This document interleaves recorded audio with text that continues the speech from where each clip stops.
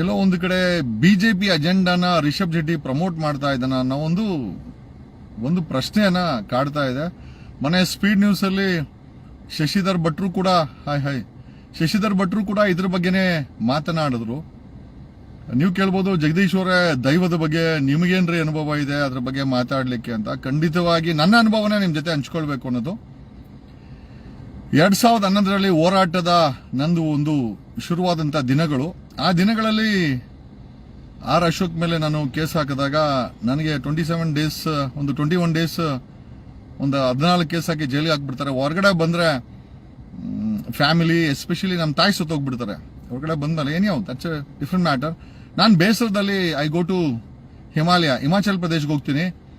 ಹಿಮಾಚಲ್ ಪ್ರದೇಶ್ಗೆ ಹೋಗಿ ಅಲ್ಲಿ ಹೆಚ್ಚು ಕಡಿಮೆ 1.5 ವರ್ಷ ಹಿಮಾಚಲ ಪ್ರದೇಶ ಆ ಹಿಮಾಲಯ ಪಥದಲ್ಲೇ ನನಗೆ ಮನಸ್ಸಿಗೆ ಸಮಾಧಾನ ಆಗಬೇಕು. ಅದಕ್ಕೋಸ್ಕರ ನನಗೂ ಗೊತ್ತಿಲ್ದಿರ ಕಣ್ಮುಚ್ಕೊಂಡು ಕೂತ್ಕೊಂತ ನನಗೆ ಗೊತ್ತಿಲ್ದಿರ ಅದೊಂದು ಮೆಡಿಟೇಟಿವ್ ಸ್ಟೇಜ್ ಆಗಿ 1.5 ವರ್ಷಗಳ ಕಾಲ ನಮ್ಮ ತಾಯಿ ಸತ್ತ ಮೇಲೆ ನಾನು ಹಿಮಾಲಯದಲ್ಲಿದ್ದೆ.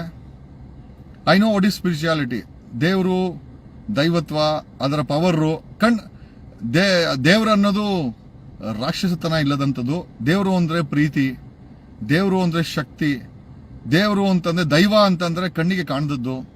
ದೈವ ಅಂತಂತಂದ್ರೆ ನಿಮಗೆ ಒಂದು ಮಟ್ಟದಲ್ಲಿ ನೀವು ಇಷ್ಟಪಟ್ರೆ ಅದು ಒಂದು ಸೇವೆ ಸಹ ನಿಮಗೆ ಅನುಭವ ಆಗುತ್ತೆ. This is what you called ದೈವ ಅಂತ. ದೈವ ಅಂದ್ರೆ ಎಲ್ಲೂ ಕೂಡ ರಾಕ್ಷಸತನ ಇರೋದಿಲ್ಲ, ಎಲ್ಲೂ ಕೂಡ ಹಗೆ ಇರೋದಿಲ್ಲ, ಎಲ್ಲೂ ಕೂಡ ಐ ಥಿಂಕ್ ನಾಶ ಮಾಡುವಂತ ಪರಿಸ್ಥಿತಿ ಇರಲ್ಲ. ನಾನು ಗೊತ್ತಿಲ್ದಿರೋ ಜೀವನದಲ್ಲಿ ಕೆಲವೊಂದು ಘಟ್ಟದಲ್ಲಿ ನನಗೆ ಚಾಲೆಂಜಸ್ ಬಂದಾಗ ಒಮ್ಮೆ ನಾನು 2011ರಲ್ಲಿ ಹಿಮಾಲಯದಲ್ಲಿದ್ದೆ 1.5 ವರ್ಷ. ತದನಂತರ 2023ರಲ್ಲಿ ಒಂದು ಫೇಸು, ತುಂಬಾ ಟೆಸ್ಟಿಂಗ್ ಫೇಸು. ನಾನು ಗೋವಾದಲ್ಲಿ ಹೆಚ್ಚು ಕಡಿಮೆ 1 ವರ್ಷ ಇದ್ದೆ. ನೀವು ಕೇಳ್ಬೋದು, ಗೋವಾದಲ್ಲಿ ಏನ್ರಿ ಮಾಡ್ತಾ ಇದ್ರಿ ಅಂತ. ನಾನು ನನ್ನ ದಿನನಿತ್ಯದ ಕೆಲಸ ಗೋವಾದಲ್ಲಿ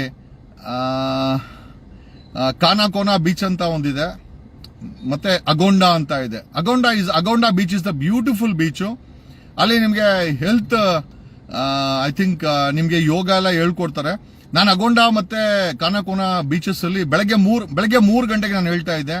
3 ಗಂಟೆಗೆ ನಾನು ಆ ಬೀಚಿನ ಮುಂದೆ ಕೂತ್ಕೊಂಡು, ಆ ಬೀಚಲ್ಲಿ ಯಾರು ಇರ್ತಾ ಇರ್ಲಿಲ್ಲ. ಬೀಚಲ್ಲಿ ಬೆಳಗ್ಗೆ 3 ಗಂಟೆಗೆ ಪ್ರಶಾಂತವಾದಂತ ಸಮಯ. 2:30 ಹೇಳ್ತಾ ಇದ್ದೆ. 3 ಗಂಟೆಗೆ ಮೆಡಿಟೇಷನ್ ಕೂತ್ಕೊಳ್ತಾ ಇದ್ದೆ.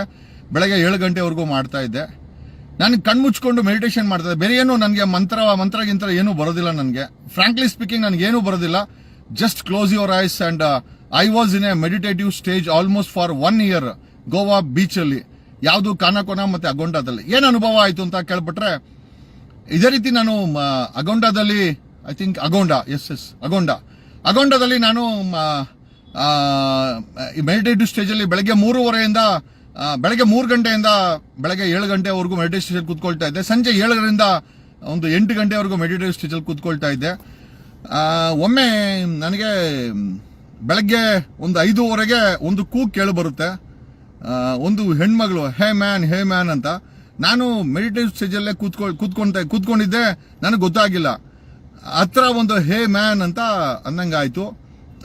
ಆಮೇಲೆ ಒಂದ್ ಸ್ವಲ್ಪ ಅಂದ್ಮೇಲೆ ನನಗೆ ಸ್ವಲ್ಪ ಕಣ್ಬಿಟ್ಟಂಗಾಯ್ತು. ಯಾರು ಇರ್ಬೋದು, ಬೆಳಗ್ಗೆ ಯಾರು ಬರಲ್ವಲ್ಲ, ನಾನು ಒಬ್ಬನೇ ಬೀಚಲ್ಲಿ ಅಂತ ನನಗೆ ಚೆನ್ನಾಗ್ ಗೊತ್ತು. ಯಾರು ಬೆಳಗ್ಗೆ ಅಂತೇಳಿ ನೋಡಿದ್ರೆ ಒಂದು ಫಾರಿನ್ ಹೆಣ್ಮಗಳು ಬಂದ್ಬಿಟ್ಟು ಶಿ ವಾಸ್ ಶಾಕ್ಡ್. ಎಷ್ಟು ನೀವ್ ಏನ್ ಮಾಡ್ತಾ ಇದ್ದೆ ಅಂತ. ಮೆಡಿಟೇಷನ್ ಅಂತಂದೆ. ನಾನು ಇಂಗ್ಲಿಷಲ್ಲಿ ಮೆಡಿಟೇಷನ್ ಅಂತ ಹೇಳಿದೆ. She told she was with ಜಗ್ಗಿ ವಾಸುದೇವ್ ಅನ್ನೋ ಗುರುಗಳ ಹತ್ರ ಆಕೆನೂ ಸಹ ಈ ಒಂದು ವಿದ್ಯೆಯನ್ನ ಕಲಿತಾ ಇದ್ಲು ಅನ್ನೋದನ್ನ ಆಕೆ ಹೇಳ್ಪಟ್ಲು. ಇಂಗ್ಲಿಷಲ್ಲಿ ಕನ್ವರ್ಸೇಷನ್ ಆಯ್ತು. ಆಮೇಲೆ ಆಕೆ ಹೊರಟೋದ್ಲು. ಮತ್ತೆ ಮಾರನೇ ದಿವಸ ಅದೇ ಸಮಯಕ್ಕೆ ಬಂದು ಮತ್ತೆ ಡಿಸ್ಟರ್ಬ್ ಮಾಡಿದ್ಲು. ನಾನು ಕೇಳಿದೆ, ನನ್ನನ್ನು ಯಾಕೆ ಪದೇ ಯಾಕೆ ಡಿಸ್ಟರ್ಬ್ ಮಾಡ್ತಾ ಇದ್ದೀರಾ ಅಂತ. So she was an Italian. ಆಕೆ 1.5 ಕಿಲೋಮೀಟರ್ ದೂರದಿಂದ ಆಕೆ ಮತ್ತೆ ಆಕೆ ಫ್ರೆಂಡ್, ಆಕೆ ಜೊತೆ ಒಬ್ಬ ಬ್ರಿಟಿಷ್ ಹೆಣ್ಮಗಳು ಇದ್ಲು. ಇಬ್ರು ನೋಡಿದ್ದೇನು ಅಂತಂದ್ರೆ, ನಾನ್ ಮೆಡಿಟೇಷನ್ ಸ್ಟೇಜ್ ಕೂತ್ಕೊಂಡಾಗ ಮೇಲಿರುವ ಮೋಡಗಳು ಬಂದು ಹಾಗೆ ಬರ್ಲಿ ನಾನು ಕೂತಿರೋ ಜಾಗದಲ್ಲಿ ಹಂಗೆ ಆವರಿಸ್ಕೊಳ್ತಾ ಇರೋದನ್ನ ಅವ್ರು ಅಲ್ಲಿಂದ ಫೋಟೋದಲ್ಲಿ ಮತ್ತೆ ವಿಡಿಯೋದಲ್ಲಿ ಕ್ಯಾಪ್ಚರ್ ಮಾಡಿದ್ರು. ನನಗೆ ಬಂದು ತೋರಿಸಿದ್ರು, ನೀವು ಮೆಡಿಟೇಷನ್ ಮಾಡ್ತಾ ಇದ್ದೀರಲ್ಲ, ನಿಮ್ಮ ಮೇಲೆ ಮೋಡಗಳು ಬಂದು ಕೂತ್ಕೊಳ್ಳುತ್ತೆ, ನಿಮಗೆ ಗೊತ್ತಿದ್ಯಾ ಅಂತ. ನನಗೆ ಗೊತ್ತಿಲ್ಲ ಅಂತ, ಯಾಕಂದ್ರೆ ನಾನು ನೋಡಬೇಕಲ್ಲ. ಸೊ ಐ ಡೋಂಟ್ ನೋ ಅಂತಂದೆ. ಆಕ್ಚುಲಿ ಆಕೆ ಕ್ಯಾಪ್ಚರ್ ಮಾಡಿದ್ಲು. ನಾನು ಮೆಡಿಟೇಷನ್ ಮಾಡೋ ಜಾಗದಲ್ಲಿ ಆ ಒಂದು ಪರ್ಟಿಕ್ಯುಲರ್ ಜಾಗದಲ್ಲಿ ಮೋಡಗಳು ಬಂದು ಮೇಲಿಂದ ಹಾಗೆ ಕೂತ್ಕೊಳ್ಳೋಂಥದ್ದನ್ನ ಆಕೆ ವಿಡಿಯೋ ಮಾಡಿದ್ದು. ನಾನು ಹೇಳಿದೆ ಯಾವಾಗ ಮಾಡಿದ್ರಿ ಅಂತಂದ್ರೆ, ಇಲ್ಲ ಕಳೆದ ಒಂದು ವಾರದಿಂದ ನಿಮ್ಮನ್ನ ಅಬ್ಸರ್ವ್ ಮಾಡ್ತಾ ಇದೀವಿ, ಒಬ್ಬರೇ ಕೂತ್ಕೊಂಡು ಇಲ್ಲಿ ಮೆಡಿಟೇಷನ್ ಮಾಡ್ತೀರಾ, ನಾವು ಅಲ್ಲಿ ಕೂತ್ಕೊಂಡು ಬೆಳಗ್ಗೆ 5 ಗಂಟೆಗೆ ಬರ್ತೀವಿ ನಾವು ಮೆಡಿಟೇಷನ್ ಮಾಡ್ಲಿಕ್ಕೆ, ಬಟ್ ಈ ಒಂದು ದೃಶ್ಯವನ್ನ ಕಂಡ್ರಿ ಅಂತ. ನಾನು ಹೇಳೋದೇನು ಅಂತಂದ್ರೆ, ಅಲ್ಲ ನನ್ನ ಅನುಭವ regarding god spirituality totally different ಇದೆ ಬಿಡಿ. ನಾನು ಇವತ್ತಿನ ಬೂಟಾಟಿಕೆಗಳನ್ನ ನಾನೇನು ಅದ್ರ ಬಗ್ಗೆ ಕಮೆಂಟ್ ಮಾಡಕ್ ಹೋಗಲ್ಲ. What I mean to say ಅಂತಂದ್ರೆ, ಜನರನ್ನ ದಿಕ್ಕು ತಪ್ಪಿಸ್ಲಿಕ್ಕೆ ದೈವತ್ವವನ್ನ ಬಳಸೋದಿದೆಯಲ್ಲ, ಅದಕ್ಕಿಂತ ದೊಡ್ಡ ಅಪರಾಧ ಇನ್ನೊಂದಿಲ್ಲ. ಅಂಡ್ ರಿಗಾರ್ಡಿಂಗ್ ದೈವತ್ವದ ಬಗ್ಗೆ ನನಗಿಂತ ಹೆಚ್ಚಿನಾಗಿ ತಿಳ್ಕೊಂಡ್ರಕ್ಕೆ ಬೇರೆ ಯಾರಿಗೂ ಸಾಧ್ಯನೇ ಇಲ್ಲ. ತಿಳ್ಕೊಂಡವ್ರು ಯಾರು ಕೂಡ ಹುಚ್ಚುಚ್ಚುವಾಗಿ ಫಿಲಮ್ಗಳನ್ನ ಮಾಡಿ ಐ ಡೋಂಟ್ ಥಿಂಕ್ ಸೊ ದಿಕ್ಕು ತಪ್ಪಿಸುವಂತ ಕೆಲಸ ಮಾಡಲ್ಲ. ಆಸ್ ಆಫ್ ಐ ನೋ, ದೈವ ಅಂತಂದ್ರೆ ಪ್ರೀತಿ, ದೈವ ಅಂದ್ರೆ ನಂಬಿಕೆ, ದೈವ ಅಂದ್ರೆ ಸತ್ಯ, ದೈವ ಅಂತಂದ್ರೆ ಶಕ್ತಿ, ದೈವ ಅಂದ್ರೆ ನಿಮ್ಮ ಜೀವನದಲ್ಲಿ ಕಷ್ಟಗಳನ್ನ ಐ ಥಿಂಕ್ ಮಾಯ ಮಾಡೋ ಒಂದು ವಿಧಾನ. ದೈವ ಅಂತಂದ್ರೆ ನಿಮ್ಗೆ ಜೀವನದಲ್ಲಿ ಏನೂ ಕಾಣಿಸದೇ ಇದ್ದಾಗ ಅದು ನಿಮ್ಮನ್ನ ಕೈ ಹಿಡಿದು ಕರ್ಕೊಂಡು ಹೋಗುತ್ತೆ. ಬಟ್ ಇಂಥ ದೈವವನ್ನ ಐ ಥಿಂಕ್ ಕೆಲವು ಚಿತ್ರ ನಿರ್ಮಾಪಕರು, ಚಿತ್ರದ ಹೀರೋಗಳು ತಮ್ಮ ತೀಟೆಗೆ ಬಳಸ್ಕೊಳೋದನ್ನ ನಾವೆಲ್ಲೋ ಒಂದ್ ಕಡೆ ಬೇಜಾರಾಗ್ತಾ ಇದೆ. ಯಾಕಂದ್ರೆ ಒಂದು ಇಟಾಲಿಯನ್ ಮತ್ತೆ ಒಬ್ಬ ಬ್ರಿಟಿಷ್ ಹೆಣ್ಮಗಳು ನಮ್ಮ ದೇಶದ ಬೀಚ್ ಅಲ್ಲಿ ಯಾರೋ ಒಬ್ಬ ವ್ಯಕ್ತಿ ಕೂತ್ಕೊಂಡು ಮೆಡಿಟೇಷನ್ ಮಾಡ್ತಾ ಇದ್ರೆ ಆಕೆ ಕ್ಯಾಪ್ಚರ್ ಮಾಡ್ಕೊಂತ ವಿಚಾರಗಳಿದೆಯಲ್ಲ, ದಟ್ ಶೋಸ್ ಏನೋ. ನಾನು ನನ್ನ ಬಗ್ಗೆ ಹೇಳ್ಕೊಂತ ಇಲ್ಲ, ನಾನು ಇದುವರೆಗೂ ಎಲ್ಲೂ ಕೂಡ ಹೇಳಿಲ್ಲ. ಬಟ್ ಕಾಂತಾರ ಫಿಲಮ್ ಅನ್ನ ನೋಡಿದಾಗ ಎಲ್ಲೋ ಒಂದು ಕಡೆ ತಮ್ಮ ಇಷ್ಟಕ್ಕೆ ಬಂದಂಗೆ ದೇವರನ್ನ ಪ್ರೊಜೆಕ್ಟ್ ಮಾಡಿ ಅಂಡ್ ಅದನ್ನ ಫಿಲಮಿನ ಸಕ್ಸಸ್ ಅನ್ನ ಕೋಟ್ಯಾಂತರ ರೂಪಾಯಿಗಳಲ್ಲಿ ಕಾಣೋದಿದೆಯಲ್ಲ, ನನಗನ್ಸುತ್ತೆ ರಿಷಬ್ ಶೆಟ್ಟಿ ಎಲ್ಲೋ ಒಂದ್ ಕಡೆ ಬಿಜೆಪಿ ಪ್ರಮೋಷನ್ಗೋಸ್ಕರ ಅದೇ ಏರಿಯಾದಲ್ಲಿ ಇರುವಂತಹ ವ್ಯಕ್ತಿ ಯಾವ ಧರ್ಮಸ್ಥಳದ ಹೆಣ್ಣು ಮಕ್ಕಳನ್ನ ಹತ್ಯಾಕಾಂಡ ಆಯ್ತು, ಕೊಲೆಗಳಾಯ್ತು, ಒಂದು ತುಟಿ ಬಿಚ್ಚಿಲ್ಲ ಈ ವ್ಯಕ್ತಿ. ಆದರೆ ಅದೇ ದೈವಗಳನ್ನ ಫಿಲಮ್ ಅಲ್ಲಿ ಬಳಸ್ಕೊಂಡಿದ್ದಾನೆ. ಆತನ ಇಚ್ಛೆಗೆ ಬಿಟ್ಟಿದ್ದು, ನಾನೇನು ಅದ್ರ ಬಗ್ಗೆ ಹೇಳಲಿಕ್ಕೆ ಹೋಗೋದಿಲ್ಲ. But what I mean to say ಅಂತಂದ್ರೆ, ಫಿಲಮ್ಗಳಲ್ಲಿ ಅಜೆಂಡಾ ಇಟ್ಕೊಂಡು ಯಾರನ್ನೋ ಪ್ರಮೋಟ್ ಮಾಡಕ್ಕೋಸ್ಕರನೋ ಯಾರನ್ನೋ ಅಲ್ಲ, ಇಷ್ಟೆಲ್ಲ ಫಿಲಮ್ ಮಾಡಿ ದೈವದ ಬಗ್ಗೆ ಮಾತಾಡೋ, ದೈವದ ಬಗ್ಗೆ ಅಷ್ಟೊಂದೆಲ್ಲ ಜ್ಞಾನ ಇರುವಂತ ವ್ಯಕ್ತಿ ಅಲ್ಲಿ ನಡೆದಂತ ಹತ್ಯಾಕಾಂಡದ ಬಗ್ಗೆ ಒಂದು ತುಟಿ ಬಿಚ್ಚಲಿಲ್ಲಲ್ಲ, ಯಾಕೆ ಆ ದೈವ ಈತನಿಗೆ ಆ ಧೈರ್ಯವನ್ನ ಕೊಡ್ಲಿಲ್ವಾ ಅನ್ನೋ ಪ್ರಶ್ನೆಯನ್ನ ಈ ರಿಷಬ್ ಶೆಟ್ಟಿಗೆ ಇಡುತ್ತಾ, ಫಿಲಮ್ಮೇ ರಿಯಾಲಿಟಿನೇ. ನಿಜವಾದ ಜೀವನದಲ್ಲಿ ಹೀರೋಗಳು ತುಂಬಾ ಇಂಪಾರ್ಟೆಂಟು. ಫಿಲಮ್ ಅಲ್ಲಿ ಯಾರು ಬೇಕಾರೆ ಹೀರೋ ಆಗ್ತಾರೆ, ಏನ್ ಬೇಕಾರೆ ಮಾಡ್ತಾರೆ. ನಿಜವಾಗ್ಲೂ ಹೇಳ್ತೀನಲ್ಲ, ಈ ಒಂದು ಸ್ಪಿರಿಚುಯಾಲಿಟಿ ಬಗ್ಗೆ ನನಗೆ ಎರಡು ಘಟನೆಗಳು 2011 2023 ಒಂದು ವರ್ಷಗಳ ಕಾಲ, ಒಂದೂವರೆ ವರ್ಷಗಳ ಕಾಲ ನಾನು ಗೋವಾದಲ್ಲಿ ಈ ಮೆಡಿಟೇಟಿವ್ ಸ್ಟೇಜ್ ಅಲ್ಲಿ ಇದ್ದೆ. ನಂದೇ ಆದಂತ ಏನೋ ಸಾಧನೆ ಇತ್ತು, ನನ್ನ ಮಾಡಕ್ಕಿದ್ದೆ. ನಾನು ದೈವಗಳ ಬಗ್ಗೆ ಅಥವಾ ದೈವಾರಾಧನೆ ಅಥವಾ ದೇವರುಗಳ ಬಗ್ಗೆ ಮಾತಾಡೋದಾಯ್ತು ಅಂತಂದ್ರೆ ಮೋಸ್ಟ್ಲಿ ನಾನು ಕೂಡ ಸಾಕಷ್ಟು ಅದರಲ್ಲಿ ಮುಳುಗಿ ಎದ್ದಿ ಬಂದವನು. ಹಾಗಾಗಿ ದೇವರುಗಳು ಯಾವತ್ತೂ ಅಪಚಾರವನ್ನು ಮಾಡಲ್ಲ, ದೇವರುಗಳು ನಿಮ್ಮನ್ನ ಸಾಯಿಸಲ್ಲ, ನಾಶ ಮಾಡಲ್ಲ.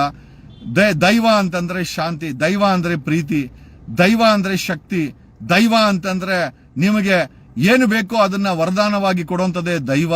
ಆ ದೈವಕ್ಕೆ ಎಷ್ಟು ತಾಕತ್ತಿದೆ ಅಂತಂದ್ರೆ, ಒಂದು ಸಮಯ ನೀವು ಅದೇ ರೀತಿ ಮುಂದುವರೆದು ಬಿಟ್ರೆ ಆ ಮೆಡಿಟೇಟಿವ್ ಸ್ಟೇಜ್ ಅಲ್ಲಿ ನಿಮ್ಮ ಭವಿಷ್ಯವನ್ನು ಸಹ ನೀವು ನಿರ್ಮಾಣ ಮಾಡ್ಕೊಳ್ಬಹುದು. ಆ ಶಕ್ತಿಯನ್ನ, ಆ ಒಂದು ದಿವ್ಯ ಶಕ್ತಿ ನಿಮ್ಗೆ ಆರಾಧಿಸುತ್ತೆ. ಓಕೆ, ಆ ನಿಟ್ಟಿನಲ್ಲೇ ನಾನು ಕೂಡ ಎಷ್ಟೋ ಬಾರಿ ಪ್ರಯತ್ನ ಪಟ್ಟಿದ್ದೀನಿ, ಈಗಲೂ ಪ್ರಯತ್ನ ಬೀಳ್ತಾ ಇದ್ದೀನಿ. ಒಂದಂತೂ ನಿಜ, ಮೇಲಿರೋನ ಆಶೀರ್ವಾದ ಇತ್ತು ಅಂತಂದ್ರೆ ನಿಮ್ಮನ್ನು ಯಾರು ಏನೂ ಮಾಡಕ್ಕಾಗಲ್ಲ. ಬೂಟಾಟಿಕೆಗಳಿಂದ ದೂರವಿರಿ, ಬೂಟಾಟಿಕೆಗಳನ್ನ ಹೆಚ್ಚಾಗಿ ನಂಬಕ್ ಹೋಗ್ಬೇಡಿ. ದೈವ ಅನ್ನೋದು ಕಣ್ಣಿಗೆ ಕಾಣಿಸಲ್ಲ, ದೈವ ಅನ್ನೋದು ಶಾಂತಿ, ದೈವ ಅನ್ನೋದು ಪ್ರೀತಿ. ದೈವ ಯಾವತ್ತೂ ನಾಶ ಮಾಡಲ್ಲ, ಅದು ನಿಮ್ಮನ್ನ ಯಾವತ್ತೇ ಆಗಿರ್ಲಿ ಕಾಪಾಡುತ್ತೆ. ಅದೇ ದೈವ ಯಾವತ್ತೂ ಕಿರ್ಚಾಡಲ್ಲ, ಹುಚ್ಚುಚ್ಚುವಾಗಿ ಆಡೋದಿಲ್ಲ. ಇದನ್ನೇ ನಾನು ಹೇಳಕ್ ಇಷ್ಟಪಡ್ತಾ ಇದ್ದೀನಿ ಅಂತ ಹೇಳುತ್ತಾ, ಕಾಂತಾರ ರಿಷಬ್ ಶೆಟ್ಟಿಯ ಒಂದು ಎಂಟರ್ಟೈನ್ಮೆಂಟ್ ಆದ್ರೂ ಕೂಡ ರಿಷಬ್ ಶೆಟ್ಟಿ ಅನ್ನೋ ವ್ಯಕ್ತಿತ್ವ ಆ ಧರ್ಮಸ್ಥಳದ ಹತ್ಯಾಕಾಂಡಕ್ಕೆ ಕಿಂಚಿತ್ತೂ ಕೂಡ ಧ್ವನಿ ಮಾಡಲಿಲ್ಲ ಅನ್ನೋ ಬೇಜಾರ್ ಬಿಟ್ರೆ, ಆಸ್ ಅನ್ ಎಂಟರ್ಟೈನ್ಮೆಂಟ್ ನೀವೆಲ್ಲ ನೋಡಿ ನನಗೇನು ಬೇಜಾರೇನಿಲ್ಲ. ಬಟ್ ಈ ವ್ಯಕ್ತಿ ಫಿಲಮ್ ಅನ್ನ ಲಾಂಚ್ ಮಾಡಿ ಅಲ್ಲಿ ಧರ್ಮಸ್ಥಳದಲ್ಲಿ ಯಾರನ್ನ ಭೇಟಿ ಮಾಡ್ದ, ಯಾಕೆ ಭೇಟಿ ಮಾಡ್ದ, ಎಲ್ಲದನ್ನು ಕ್ಯಾಲ್ಕುಲೇಟ್ ಮಾಡ್ಕೊಳ್ಳಿ. ಇಲ್ಲಿ ಯಾರು ಏನ್ ದಡ್ರಂತೂ ಇಲ್ಲ. ಓಕೆ, ದೈವದ ಬಗ್ಗೆ, ದೇವರುಗಳ ಬಗ್ಗೆ ರಿಷಬ್ ಶೆಟ್ಟಿಗಿನ ಹೆಚ್ಚಾಗಿ ನಾವೆಲ್ಲ ತಿಳ್ಕೊಂಡಿದ್ದೀವಿ. ರಿಷಬ್ ಶೆಟ್ಟಿಯಿಂದ ಕಲಿಯುವಂಥದ್ದು ಏನೂ ಇಲ್ಲ. We know each and every geographical area ತನ್ನದೇ ಆದಂತ ಒಂದು ದೈವತ್ವದ ಆರಾಧನೆಯನ್ನು ಹೊಂದಿರ್ತದೆ.